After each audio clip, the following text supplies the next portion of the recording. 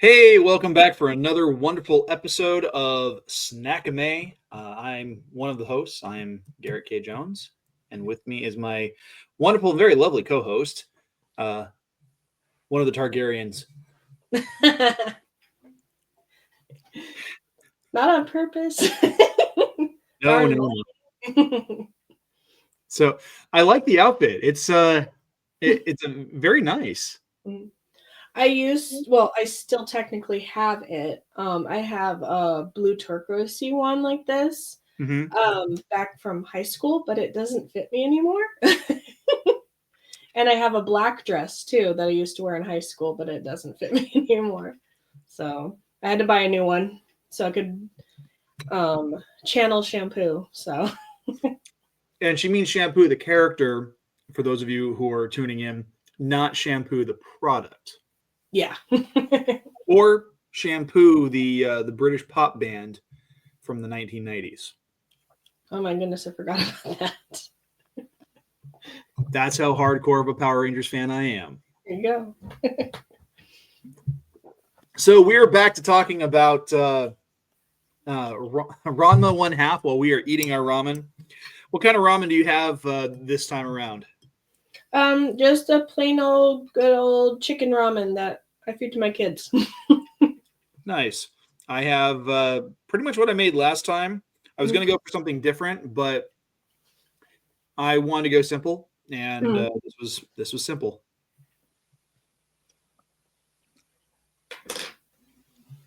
As I stuff my face. Cool. So, what did you think of the second half of Ranma one half? It unlocked a lot of memories from reading the manga, because I read the manga before I watched the original older anime. Mm-hmm. So when I watched the anime, the older one, that wasn't until like 10 years ago or so. So,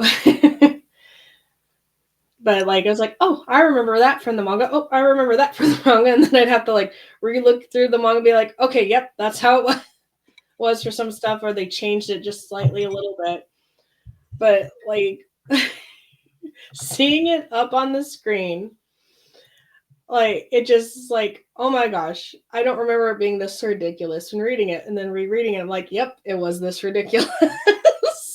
Yeah, I it was kind of a weird thing for me as we were like getting into it, because like I didn't read the manga until after I had started watching the show. Mm-hmm. So I kind of watched it and I kind of went through it in reverse, and I didn't really get to watch most of that. And I've tried going back on Amazon Prime and watching the original, which is in Japanese. Mm-hmm. And I started falling asleep during it. So when this came out and we have the English dub and everything, I just kind of went for it. But I was binge watching season 1 all the way through on Saturday, or not Saturday. Today is Saturday, on the day after Christmas. Yeah. And what I found was very interesting was the a lot of the dialogue just seems like randomly placed as far as like the English translations. Yeah. And like it doesn't feel like it makes a whole lot of sense in the context of what's happening in the story. Mm-hmm. Like it feels like there's a lot of miscommunication, and it's just and a lot of overreaction. Yeah. Well, I know that with the back in the 80s and the 90s, like translations were very hit and miss with things, and translations have gotten better throughout the years. Yeah. So like even in video games and stuff, like they'll be like, well, this is how it's translated. This doesn't make any sense. Well, we're just gonna make it make sense for us, and this is like, this reference makes no sense. Let's pick an English word that makes more sense that goes with the context of this, kind of a thing. So, which is why we constantly get the overuse of the word pervert. Yes. I'm just like, how it like going back, and I know I'm kind of backtracking here, but like the whole thing when Akane is introduced to Ranma's male form, Mm-hmm. like he was in there first. I mean, it's not like the shower or the bath was like they knew that she knew that Ranma was in there. She was, because it was said, "Hey, Ranma, why don't you go take a bath?" Yeah. Right in front of Akane, and then she just goes walking in there. It's like, is this allowed? Is this okay? Well, probably she didn't think anything of it because, it's just another girl. Right. And part of onsen culture is that being okay. Yeah, because they have bathhouses and stuff too. One side's male and one side's female, and that's actually a chapter in later mangas. So I don't remember that from the old anime, but as I said, it's been 10 years since I watched the original anime. Right. And there was a lot of filler episodes too that wasn't in the manga. So I don't know if when the manga was being published, if they had caught up to where the manga was at. So they're like, oh, we need to throw some fillers, because that's what happened with Dragon Ball Z all the time. Because they caught up to the manga and they're like, well, we need a new episode. So here, let's have Goku and Piccolo learn how to drive a car. So they do something completely random. Yeah. That's what happened with Full Metal Alchemist, the original one. Mm-hmm. They caught up with the manga, and so they veered off from completely different paths. So that's why people like Full Metal Alchemist Brotherhood a lot better, because they actually follow the manga after the manga was done. Gotcha. So like there's completely different storyline between the two shows, but they're from the same creator. So that makes sense. That makes a ton of sense. So I feel like through the second half of this season, like Ranma gets a really bad rap. Like he keeps trying to do the right thing. He keeps trying to help out, whether it's with Akane or he's trying to do something for Ryoga or whoever. And everyone just keeps thinking the worst about him. Yep. It's like, what the heck is up with that? He's just trying in his own way, and they just think he's either butting in or thinking that he's right all the time, and he's just trying to help. And it's just funny. And he's so awkward that he can't like verbalize how he's helping, or he's trying to help, or then he gets angry. He's like, I'm just trying to help you, you idiot. Yeah. Well, I think it's funny. I think it's funny because, like, I think the last time we talked about this, I mentioned about how his dad like constantly stays in the panda form and like doesn't have a job and doesn't do anything, and it's like they address it in this half of the season. And he gets a job working at Dr. Tofu's office. Yeah. I just love when he holds up the sign. He's like, I can't talk. Why do you want me to answer the phone? And then Kane and Rama were like, why did you even answer it when you know you can't answer it? Oh my gosh. Where's the habit? Well, then he could get away with a lot more stuff when he's in panda form. I know. And the thing that kills me is like the characters are morons. Yes. All of them. I think like the only character who's probably not a complete and total idiot is probably either Ranma or Akane. Yeah. But well, I think Nabiki's pretty on par, because she's like also business mogul. So she's like, I'm just gonna take all these to my advantage and stuff like that. And she's not stupid about stuff. No, she's not. But she plays the oblivious card very well. Yeah. She's very aloof about things. And because she's manipulating the whole thing. She's just like dance, little puppets, dance. Mm-hmm. But oh my gosh. So in this half of the season, we get introduced to a couple more characters. Obviously, Ryoga was introduced at the first half of the season. But in this half, we get introduced. We talked briefly about Kadachi, the Black Rose, and we saw how that plays out. Where She is Kuno's sister, and she just cheats like crazy. She's trying to murder people. Like seriously, like he acts like, what do you mean? Like, I didn't do that. See, it's just a regular gymnastics tool. What are you talking about? There's no spikes. Right. And then we get introduced to the pair of skaters, Mm-hmm. who one of them it like, God, the guy is. I can't even remember his name. I like Ranma's quip at him when they're meeting in the locker room. And he's like, he calls like, what do you call him, Sexy McPerv head or something like that? Yeah, something like that.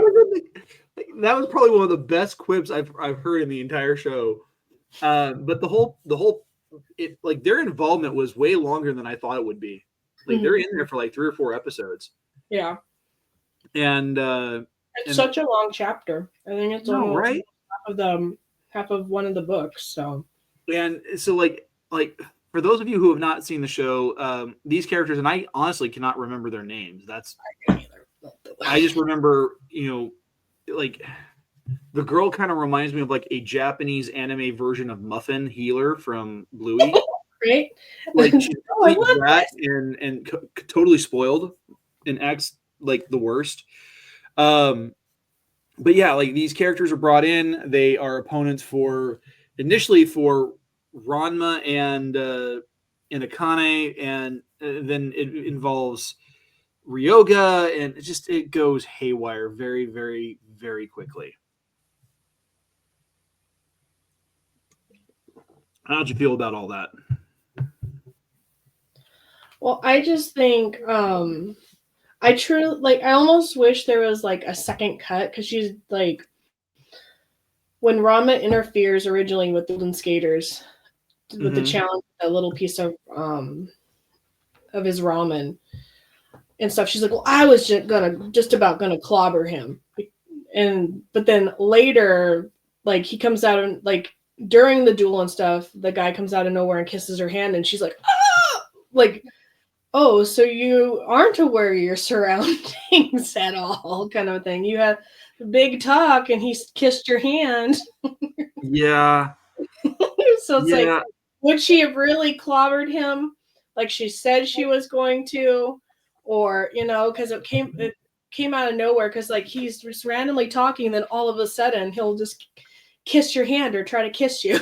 It's like the relationship elements for this show just drive me absolutely insane, because like nobody communicates, nobody actually shares what they're feeling, and like that whole scene after Akane has her hair cut off by Ryoga, and she's crying in front of Dr. Tofu. Like I didn't figure it out until I was rewatching it just the other day, that she's crying because like she wants him to notice her, and all he notices is when she cuts her hair.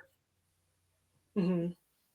And it's like, or like with Ranma, where he's like, oh, did Akane hit this ball? And he's like, how'd you know? It's like, oh, the way the spin was with the stitching on the baseball on your cheek, that's how I knew it had to have been her. right. So, like, that kind of stuff. Yeah, he notices her skill and her technique. Mm-hmm. Doesn't care one iota about what she looks like, because he's all in it for her sister. Yeah.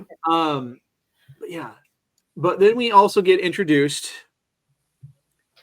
to probably the most oblivious character ever next to Ryoga, Shampoo.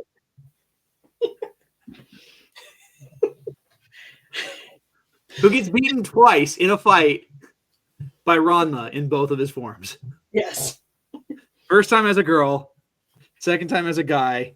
I like how it was just like a kick. It was just poof, and done, kind of a thing. It's like, at least like like I know Ranma wasn't like fully trying to take Akane seriously when they were originally fighting in like the very first episode. Right. But I feel like Akane lasted a little bit longer than Shampoo. Because Ranma just went kick and done. Well, and to be fair, Ranma is most effective when either he's really hardcore into the fight or B, he doesn't care and he's just defending himself. Like that's when he's most effective. When he is just sparring just to play around, not great as a fighter. Yeah. Because he just kind of loses track of what he's doing. Like he loses focus on his surroundings, like accidentally landing into a pool of water, or the ice issue during the skating stuff. So that was Ryoga, though. That's true. That is more Ryoga, and because Ryoga he didn't even think about that it was. Well, I don't think they knew though. They didn't know that it was built on top of a pool. Yeah, that's true. But it's like, where else would they build a skating rink? I just love though how Ranma's just like, I don't know what your problem is. I'm already a girl. You're kind of screwed though, buddy. Right. At this point, like, what is it? Like, I don't. Man, so many times he should just come out and say, "Hey, by the way, Ryoga and Pichon, same thing, same creature." But Ranma says it a lot, undertone. He's like, "Hey, Pichon, what's up?" And Akane's just like, "Huh, Pichon? Where? Why are you saying that?" Kind of a. It's like, is he saying this quietly? What's going on here? Right? Because he'll, and then as you said before, both dads have seen Ryoga go from Pichon to Ryoga, and just nothing. They're saying I'm not going to mention this at all, but that Akane's dad, that was the weirdest one. Like, I had to explain to my son. So, the other day when I was binge watching the series, I had my son with me, and I had to. And it was weird for him because he sees the pig go in there. He knows that the pig is Ryoga because I had to explain that to him.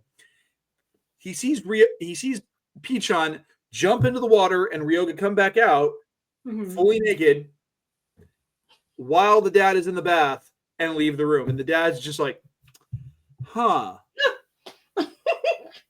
And I had to explain to him that is not normal. Right? Because at no point should that ever happen. And he's just like, oh, okay. It happens a lot in the manga too, and I'm sure if the anime gets picked up, that it'll show it some more. And I was gonna rewatch the old anime as well, but I just find it completely hilarious that these people turn back and forth, and no one, especially Kuno, when Kuno is hugging Ranma, and he gets turned back in, he's like, where did you take her? It's like, how do you not notice? Yeah, it's so bizarre. Absolutely bizarre.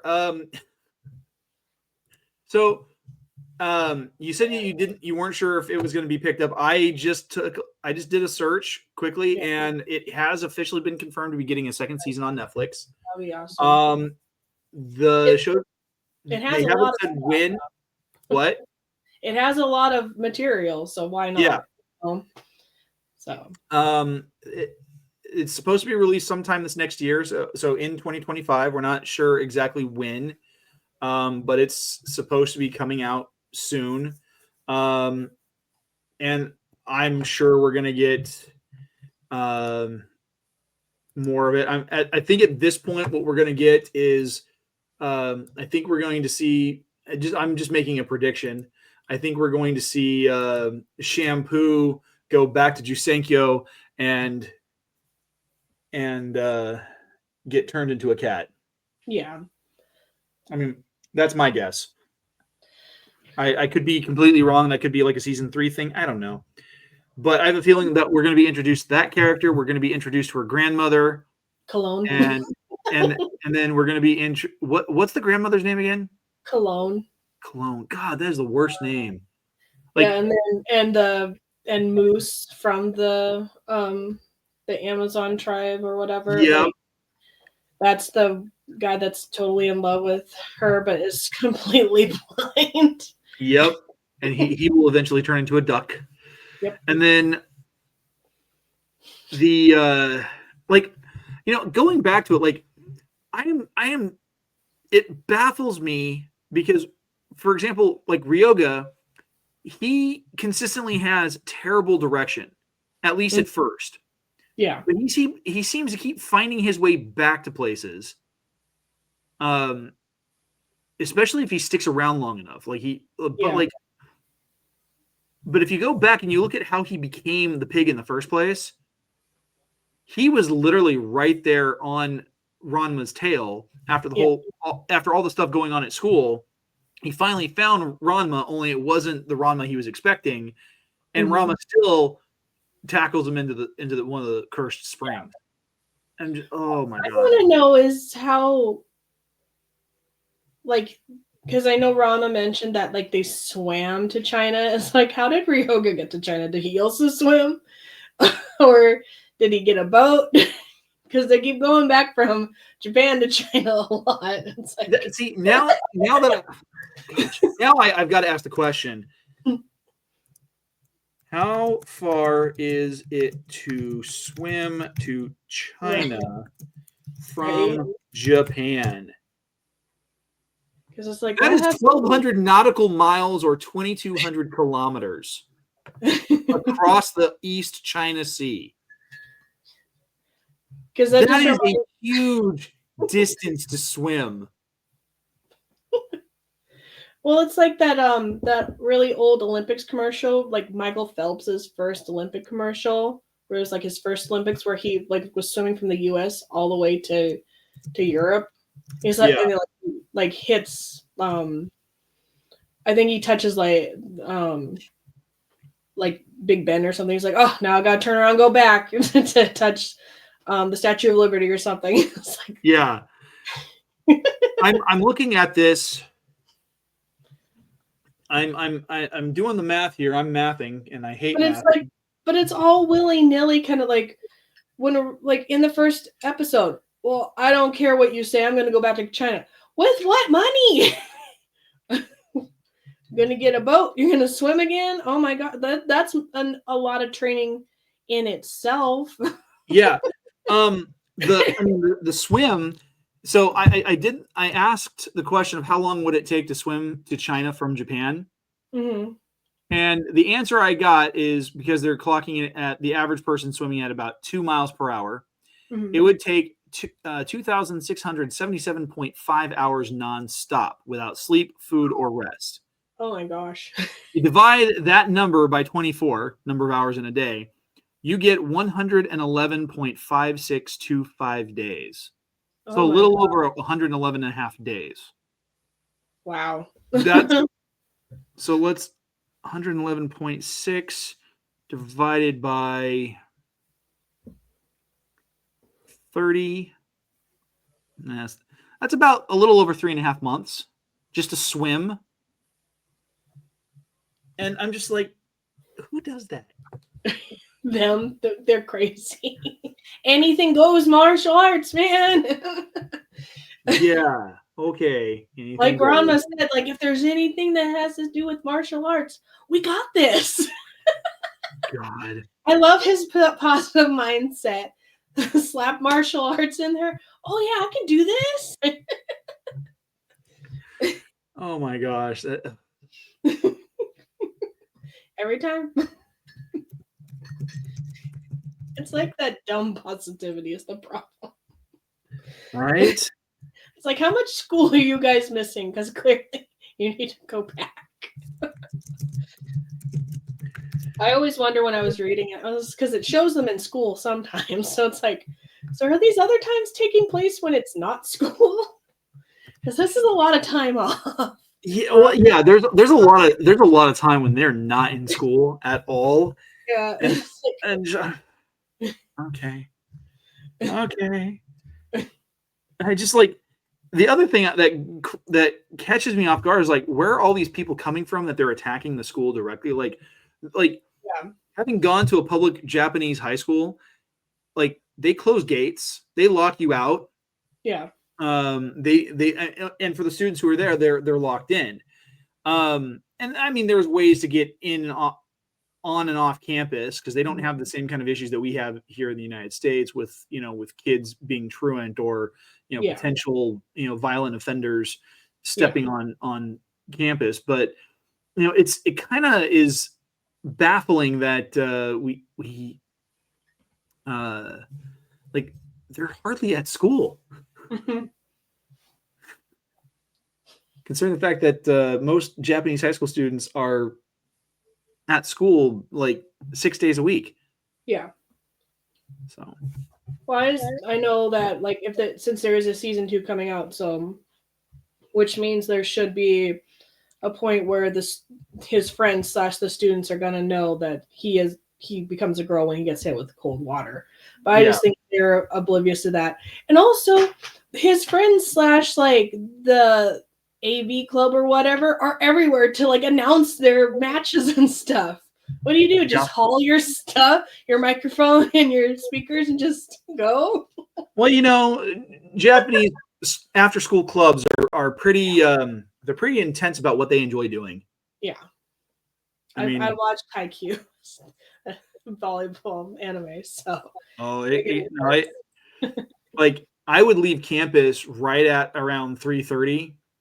I'd head back to the train, and I would because the timing was off. I would stop off at this video game store and play a demo of it was like a Sonic the Hedgehog demo where they were introducing Shadow before he was ever introduced here, and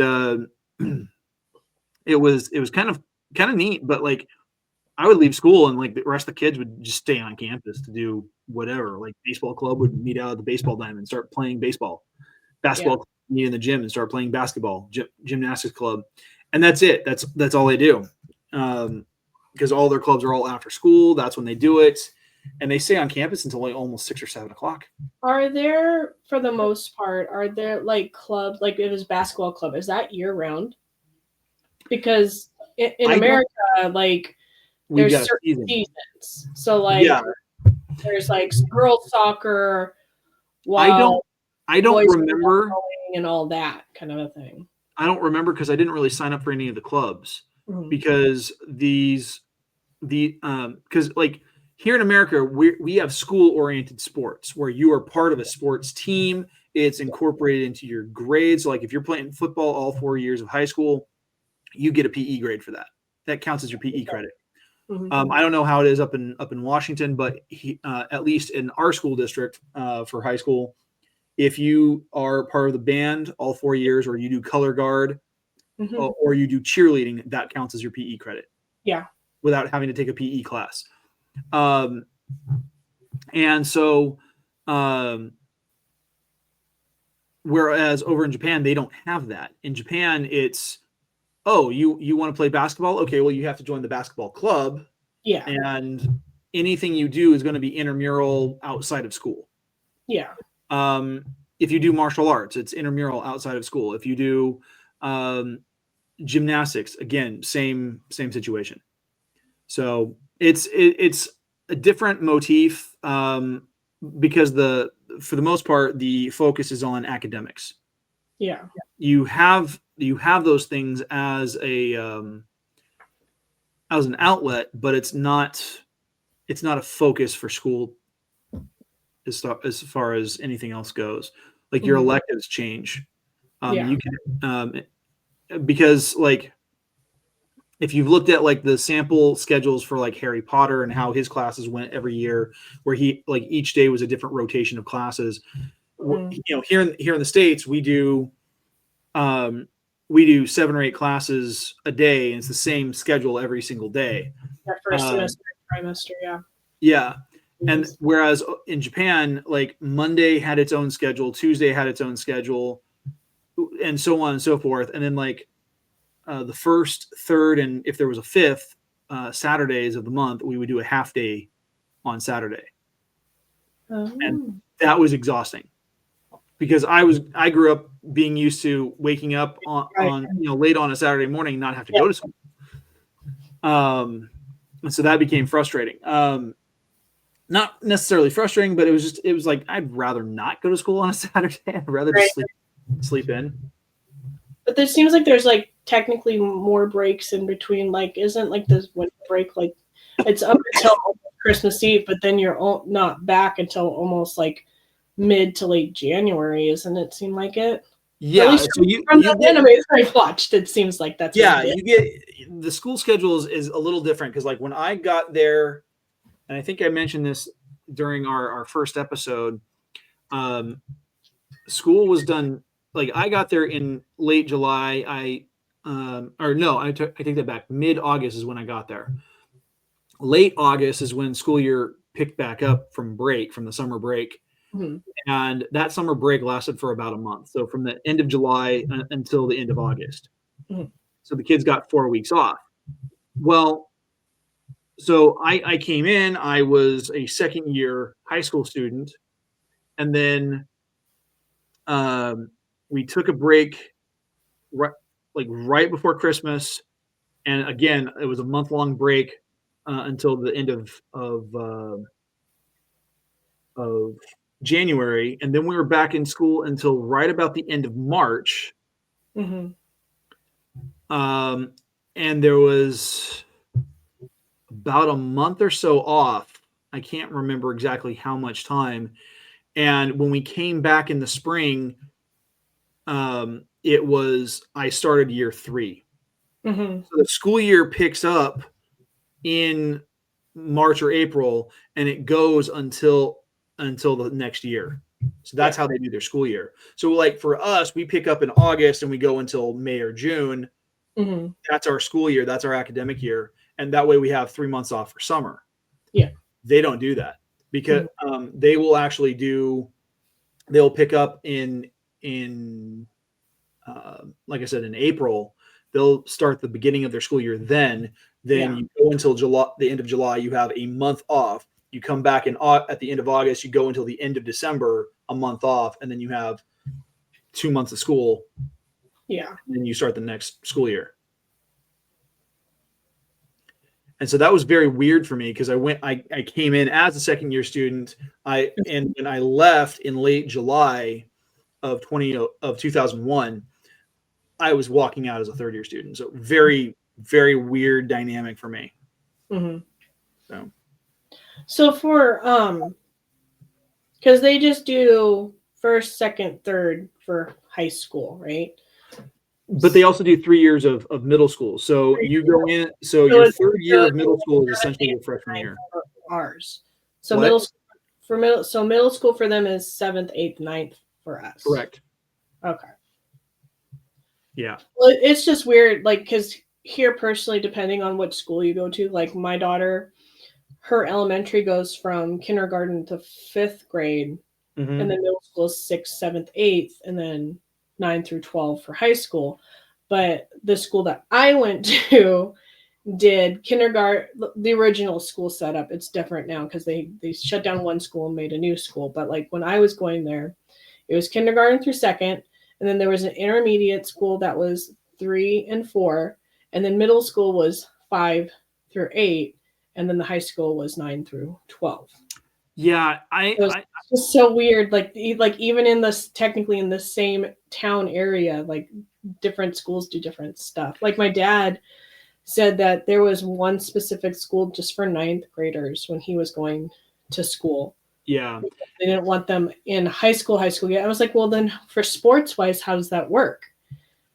Kind of a thing. Yeah, it's kind of a weird thing. So like when my dad was in high school here, where we live. They had just opened the second campus, and the second campus was meant for the upperclassmen. So like the main high school was for freshmen, sophomores, or no, I take that back. The new campus was for freshmen, sophomores. The older campus was for juniors, seniors. But because they opened it midway through his high school years, he had already spent the first 2 years there. And so he just stayed there all 4 years. And then by the time that I got into high school, we had the 2 campuses, but we were all the same school. And we had freshmen through seniors all on both campuses. And depending on what kind of classes you wanted to take, you could take a bus at lunchtime or if you were able to drive yourself, you could go back and forth. But then midway, like right at the start of my junior year of high school, they split the campus. So all the kids coming in who were going to be class of 2002, they were all part of a new high school with a different mascot, different colors. Weird. And so we had two separate freshman teams for high school, and they didn't have a varsity team yet because they didn't have enough older kids. And then so my best friend was class of 2001. He was a year behind me, and so he was the last graduating class from both campuses. Oh, crazy. And so from that point on, 2002 on, it's been separate campuses. And then like a little over a decade ago, they opened a third high school on a completely different location, and that became its own separate high school. So now we've got 3 high schools. But even though they're under the same district, they draw their drafting lines based on where you live in town.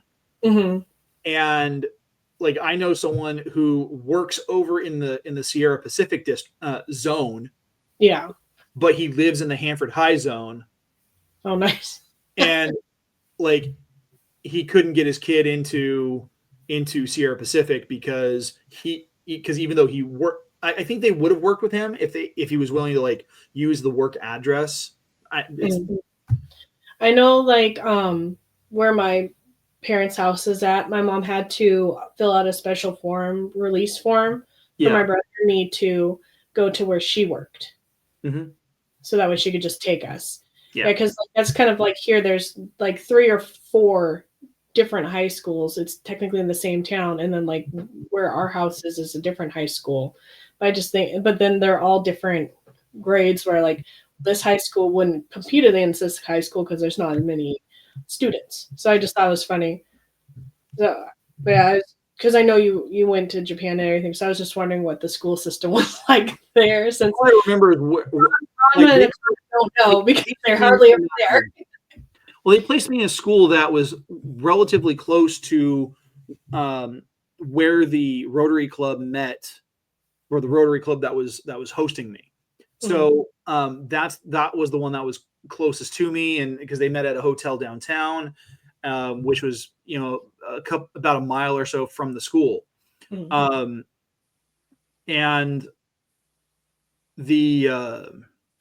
as far as how to get to that hotel, I couldn't tell you.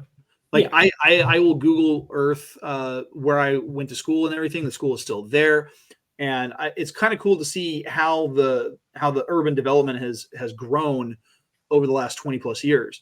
But I can still chart my way back to where I was living. That's cool. Yeah, and follow the train and all that. But what gets really interesting is like I don't know how they do their districts, because like in order to get in, like most kids go into a school that is near where they live, but like where I was living for the majority of my time there, they only went up through middle school. They didn't have a high school in that area. So the kids had to take a train to get to another town to go to school. And that's what I was doing. And that's not uncommon. I mean, you could have a kid, in fact, kids as young as 5 will ride the train to go to school. Or they'll walk in groups with their friends to go to school. Parents don't always take them to kindergarten, which is kind of interesting. Like there's a lot of autonomy with that parents give their kids in Japan. Well, because that's how like my husband's parents and like even my parents, they would just walk to school at young ages. And like my mom like was really like uncomfortable with me walking from her place of work to the high school. Yeah, like it was through town, but she's like, make sure you stay on the main roads and stuff. Don't go through the back roads. And this is a little town. But she was still worried from just going from one school to the other kind of thing. So, and that was 20 years ago. So, yeah, very, very, very weird.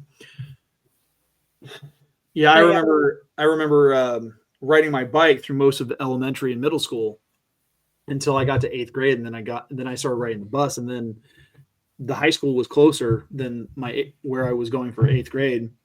And then, so I would ride my bike, and then I started driving. Yeah. which that came with some frustration because I would have to take my younger brother to school my senior year. Oh. And he was like fickle about being at school on time. I wouldn't like school wouldn't start for me until 8:00. Yeah. He wouldn't have school until like 8:15. He wanted to be at his campus no later than 7:30. And I'm like, dude, go ride a bike. Right. Literally 9/10 of a mile that way. Go ride a bike. Mm-hmm. And no, I had to be responsible for taking him to school. I was just like, son of a gun. So I'd have to leave home by 7:15 at the latest because my brother was being fickle about what time he wanted to go to school. That's funny. It was really annoying. Anyway, so hey, next month, if I remember correctly, we were talking about Legend of Vox Machina season 2. Yes. Yes, we are. Okay, I'm so glad I checked with you on that because I put this in here and I didn't even think anything about it. I'm like, oh, we should check with Jenae. So next month, in the month of February, we will be tackling Legend of Vox Machina season 2. Things get dicey because we're going to get introduced to the Chroma Conclave, which, if you're not familiar with that, it's a bunch of really badass dragons. Also a mouthful. Mouthful to say. It is. Thank God for having done radio. Just don't make me do it. That's up to you. Like, how's this pronounced? It's pronounced biscotti. Jenae, how can people find you? You can find me on Instagram at JELIXNB for my art when I decide to post stuff. But right now, all that's on there is my drawing challenge from 2 years ago, 3 years ago. I can't remember now. I think it was 2021, so 3 years ago. Oh, it'll be 3 years. I am slowly working on other things. And then on Saturdays is the Geek Gauntlet podcast on YouTube and Facebook and Twitch at 7 p.m. Pacific Standard Time. Are you guys going to be recording an episode tonight? No, we took the holiday off, but we should be back the next Saturday. So okay, so the first Saturday of January. Yeah. Okay, awesome. Which, although by this point it'll be like the middle of January when this episode airs, so at this point it doesn't matter. So yes, so this Saturday they will be right broadcasting. I watch. As for me, you guys can find me on X and Instagram at GKJ_publishing, where I talk about my books, The Archives of a Sync Ran. It's a currently 5-book fantasy series, epic fantasy, dragons, elves, magic, vampires that don't sparkle. I love how that makes you laugh like every time I say it. I've never read the books. I've never seen the movie, but I get the sparkle reference, and it makes me laugh every time. I also talk about my show The Right Way on YouTube. If you want to search that up, just search for GKJ Publishing. On that show, we talk about we do top 10 book recommendations, author interviews, and creative writing tips. I've got great new content coming out in January because mid-January is going to be my 250th episode. That's a huge milestone. And you can check that out. I also have a couple of live streams coming up. And I also am announcing that I have a new book that's going to be produced and published in middle of February. I'm excited. Nice. This book is called Midnight Playground. It's an anthology of short stories that I've been writing over the last couple of years. And I'm really excited for people to read it. So, yeah. Otherwise, you can connect with me because I'm also on Feast of Fandoms on War of the Stars, as well as co-hosting with Jenae on Snack-ime, and that's all found on Feast of Fandoms on YouTube. So until next month when we are back to talking hardcore D&D infused fantasy. Try saying that 5 times fast. You can do that. Yeah. We'll see you guys until then. I've been Garrett. And that's Jenae, who is always better dressed than me.